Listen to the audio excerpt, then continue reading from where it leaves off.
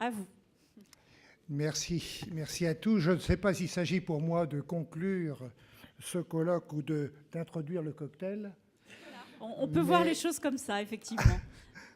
En tout cas, en tant que président des entrepreneurs de France, je tiens à vous féliciter de la qualité des débats parce que et surtout des échanges qui ont été extrêmement pratiques sur des questions qui ne sont pas faciles, qui sont tabous, j'y reviendrai. Et je trouve que ça a été extrêmement intéressant, passionnant. Et je pense que c'est ça l'intérêt du forum, c'est pas de rentrer dans les techniques à proprement parler, c'est beaucoup plus de voir des expériences d'hommes, comment les transmettre. Monsieur Guillotot l'a très bien évoqué. Merci. Alors, tout d'abord, félicitations donc pour tout ça. Et je vais commencer par peut-être par les conclusions, donc par conclure. C'est vrai que quand j'ai vu le sujet, j'avais quelques craintes clés pour réussir sa succession, sa transmission. C'était une sacrée gageure. Et je dois dire que c'est une façon très particulière d'approcher la question pour un entrepreneur. Et je trouvais que c'était une approche de médecin extérieur, d'expert, de financier. Et en tant qu'entrepreneur, j'étais un petit peu heurté par cette façon de traiter de la question. On n'est pas une marchandise qu'on vend et qu'on cède. Hein. Et d'ailleurs, vous nous l'avez exprimé dans le comité de pilotage avec verve.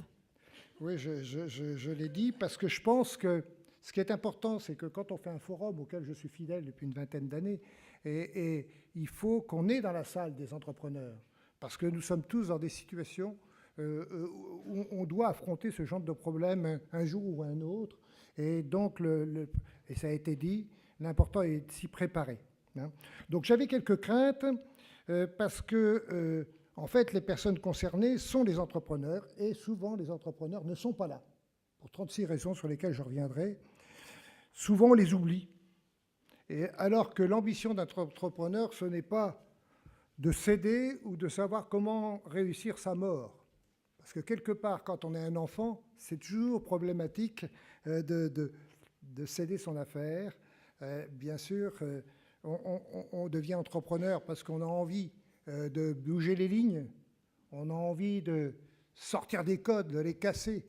Il faut être un insoumis, être un peu hors du commun pour un entrepreneur.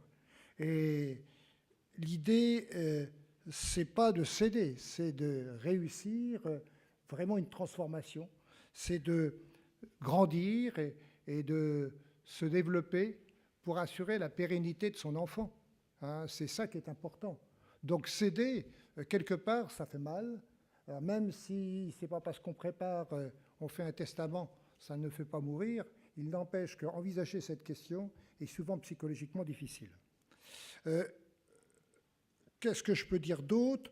C'est important, oui, peut-être encore sur l'entrepreneur, parce que c'est quelque chose qui me tient tellement à cœur et je ne suis pas le seul ici, c'est qu'en fait, un entrepreneur, il casse les codes. Et c'est parce que ce n'est pas quelqu'un qui gère l'argent des autres. C'est quelqu'un qui se met en risque parce qu'il est indépendant. Et de ce fait, il est obligé de s'adapter aux clients, aux consommateurs. Il doit trouver des solutions. C'est une question de survie. Donc, pour lui, il est toujours, c'est une sorte d'insoumis qui doit toujours gérer ces questions d'opportunité qui se présentent à lui et les risques qui sont inhérents.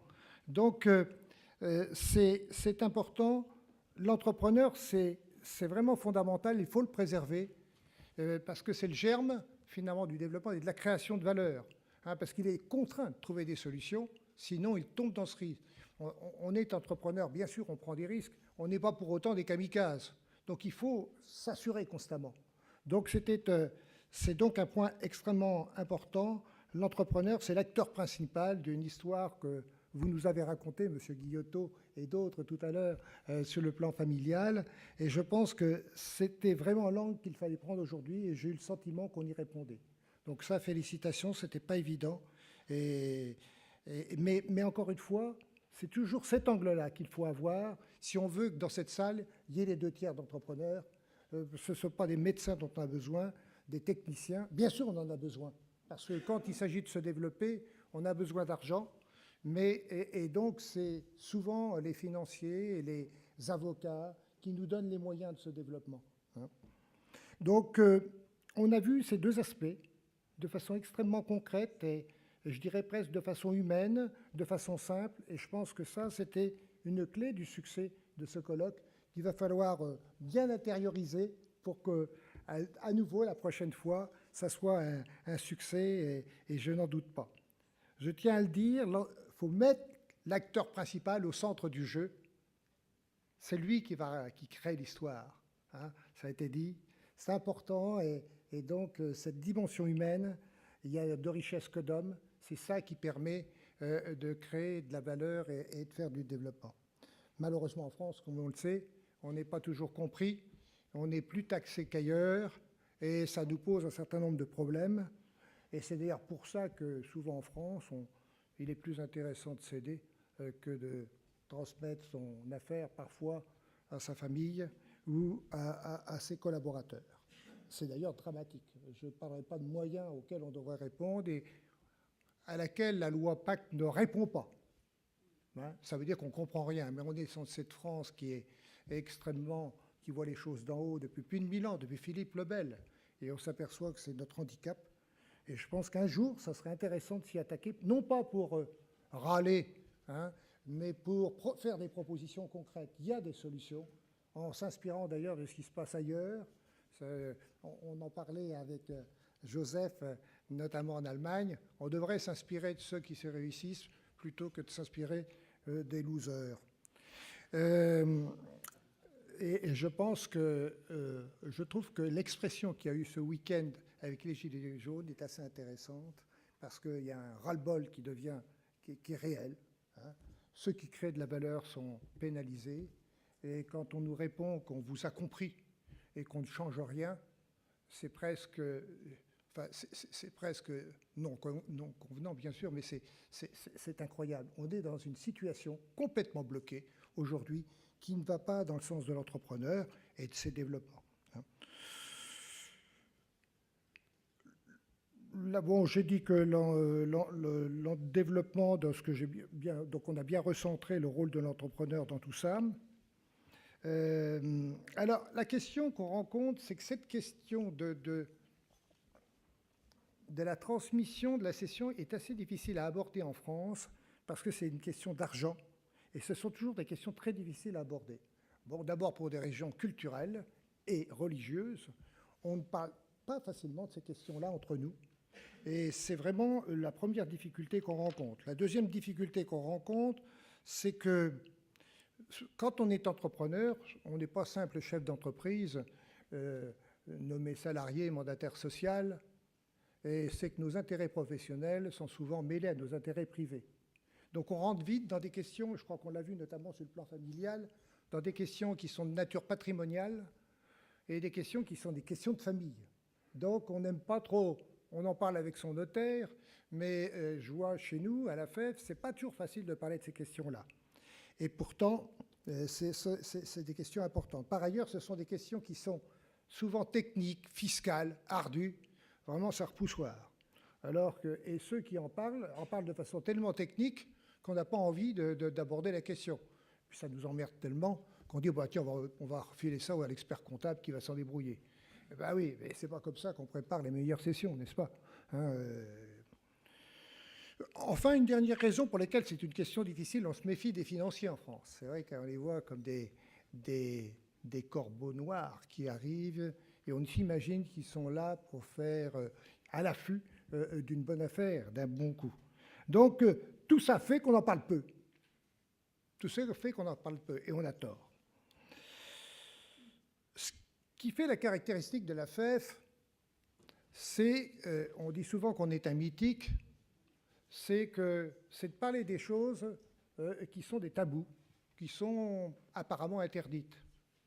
Et vous l'avez dit, nous sommes des entrepreneurs et par nature on est isolés, on est sous-structurés et la seule manière pour nous en sortir face aux géants qui sont très structurés, très professionnels mais qui manquent de souplesse, de créativité, d'agilité, eh bien, nous nous ressourçons par des réunions qu'on fait ensemble, par l'échange d'expériences. Et je pense, nous avons mis en place un club entrepreneurs PME chez nous, dont le président est là, Joseph Bourget, et on commence à pouvoir parler de ces questions-là entre nous. Et c'est difficile, c'est vrai, mais comme ça a été difficile au départ de parler de questions de clients entre nous. Or, aujourd'hui, nous sommes les seuls en France à être complètement business et pragmatiques, très anglo-saxons dans notre approche des problèmes. Et aujourd'hui, on n'a pas une approche idéologique des problèmes qui fait qu'on se répand dans la presse pour dire nos positions. Nous, c'est par nos expériences pratiques qu'on finit par alimenter, nourrir éventuellement certaines de nos propositions, et toujours elles sont pratiques. Eh bien, de la même manière, on a appris à parler de quelque chose, des choses dont on n'aimait pas parler, en le faisant. C'est en faisant qu'on apprend à faire, c'est en répétant, en faisant des erreurs, en se testant, to test, to learn. Hein, c'est vraiment cette manière de faire. Et on s'aperçoit qu'aujourd'hui, avec ce club, nous arrivons à parler de ces questions-là un petit peu plus facilement. On arrive à vulgariser cette réflexion, à nous déniaiser d'une certaine manière pour pouvoir aborder de façon libérée de ces questions, parce que rien n'est interdit. Donc, je pense que c'est très important, parce que le fait, l'expérience d'un de ses pairs, entrepreneur qui a été réussi, a beaucoup plus de valeur que l'expertise d'un conseiller ou d'un consultant, quel qu'il soit, qui fait du yaka faucon sans l'avoir vécu lui-même. Il n'est pas dans la situation de l'entrepreneur. Donc on s'aperçoit que c'est en train de partir, de se nourrir, et ça c'est très important. Et ça veut dire plus tôt on en parle, plus on vulgarise le sujet, plus tôt on se rend compte qu'on se prépare à cette réflexion, plus tôt on anticipe cette réflexion, plus tôt on se prépare à être accompagné dans la réflexion-réalisation. Et ça, c'est très important. On essaie de le faire très modestement. Et je trouve que des réunions, malheureusement, il n'y a qu'un forum tous les 2 ans. Alors nous, on prend le relais entre-temps. Mais c'est vrai que c'est très important si on veut préparer correctement l'avenir. Donc voilà ce que je voulais dire, moi, en conclusion de ce forum. Donc il faut libérer la parole.